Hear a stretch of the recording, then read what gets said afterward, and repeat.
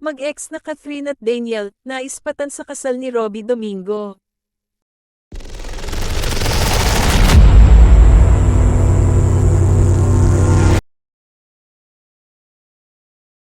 Naispatan ng mag-ex na sina Catherine Bernardo at Daniel Padilla sa kasal ni Robbie Domingo at asawa nitong si Mikey Pineda. Sa larawang ibinahagi ng isang fanpage ng Kathniel, makikitang magkasama ang dalawa na tila naglalapit pa. Masaya naman ang fans ng dalawa dahil kahit pa man daw nahiwalay na ang mga ito ay civil naman sila sa isa't isa, still friend naman Klae. So brave of Catherine. But I am glad she gained some weight.